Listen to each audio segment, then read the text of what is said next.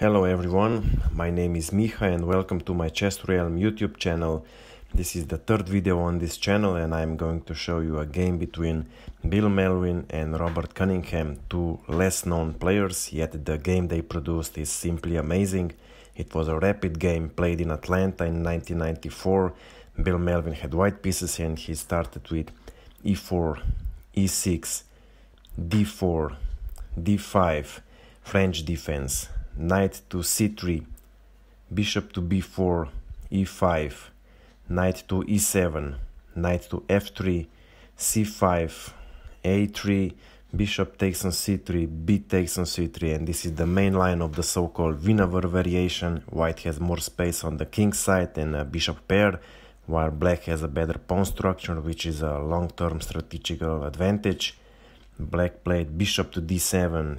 The idea behind this move is that black wants to play bishop to a4, blocking a3 pawn, and later with c4 closing the center, gaining space and initiative on the queen side. So the theory suggests that in this position white should try to prevent this by playing a4, and because black has traded his dark squared bishop, white dark squared bishop could go to a3, putting pressure on the dark squares. Well, that's just one of possible plans. In the game, white played bishop to d3, bishop to a4, white castles king side, queen to a5, and here one of the interesting options for white would be knight to g5, threatening queen to h5, double attack on the f7 pawn, and if black tries to defend it with g6, then queen to f3, again double attack on the f7 pawn, and here black would really be in big trouble. So here black would have to play h6, and after queen to h5 black cannot capture the knight because then he loses the rook. So after maybe g6, queen to h4, and white would have initiative on the king side. In the game, white played bishop to d2, and now it was time for black to play c4, closing the center, kicking white's light squared bishop to e2. However, in the game, black played knight to c6, and that was the mistake. Now black gave white the chance to play c4 with discovered attack on the black queen. Black removes the queen to c7, and now white opens the center with c takes on d5, knight to d5, d takes on c5, knight to e5, knight to e5, and queen to e5. The material is equal. White has a bishop pair, but black has a better pawn structure. However, black still didn't castle, so white has to take advantage of that. Queen to g4 was played, attacking bishop on a4 and putting pressure on g7 pawn. Black retreated the bishop to c6, and rook from a to e1 was played. White is attacking queen on e5, which is, by the way, the sole defender of a g7 pawn. And here the best continuation for black would be h5, counter-attacking the white queen, and if queen abandons the g file, for example, to h4, then it is no longer threat to the g7 pawn. And if white takes rook to e5, then h takes on g4, rook to g5, attacking two pawns. But even here black can play f5, and after rook to g7, king to f8, rook to g5, white would be a pawn up. However, the game would be far from over. In the game, black retreated the queen to c7, and that was another mistake. White now played c4, kicking the knight on d5 square away, and white should have retreated the knight to e7, which would be better, or I should say it would be more tenacious.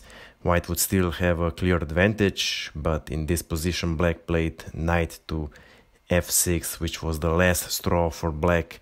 Now white played queen to g7, attacking both knight and the rook. Black played rook to g8, rook is protected by the knight, so if queen takes the rook, then white is down in material, and if queen takes on f6, then rook to g2 check, king to h1, and queen to h2 checkmate. So in this position there is no turning back now. White launched a full-scale attack with rook takes on e6. Black has a few options. He can take the rook with pawn, or he can try to run with king. If king goes to d8, then queen to f6, king to c8, rook to c6, pinning the queen, and if black takes with queen, then bishop to c5 check, king to b8, bishop to f4, queen to c7, bishop to c7, king to c7, and queen to d6 checkmate.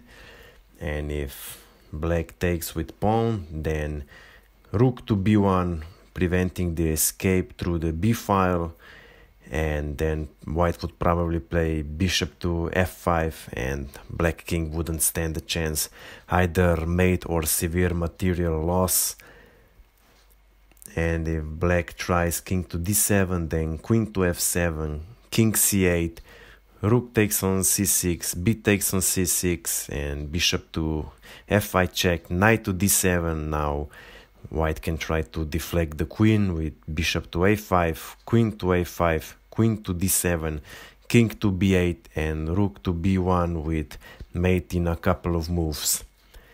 And so in the game black took the rook with the pawn, and now white can take the black queen. You can see it's not protected, but if queen takes on c7, then rook to g2 check, king to h1, rook to g7, discover attack on king and the queen, and after queen takes on c6, b takes on c6, black would be on exchange up and have a better position.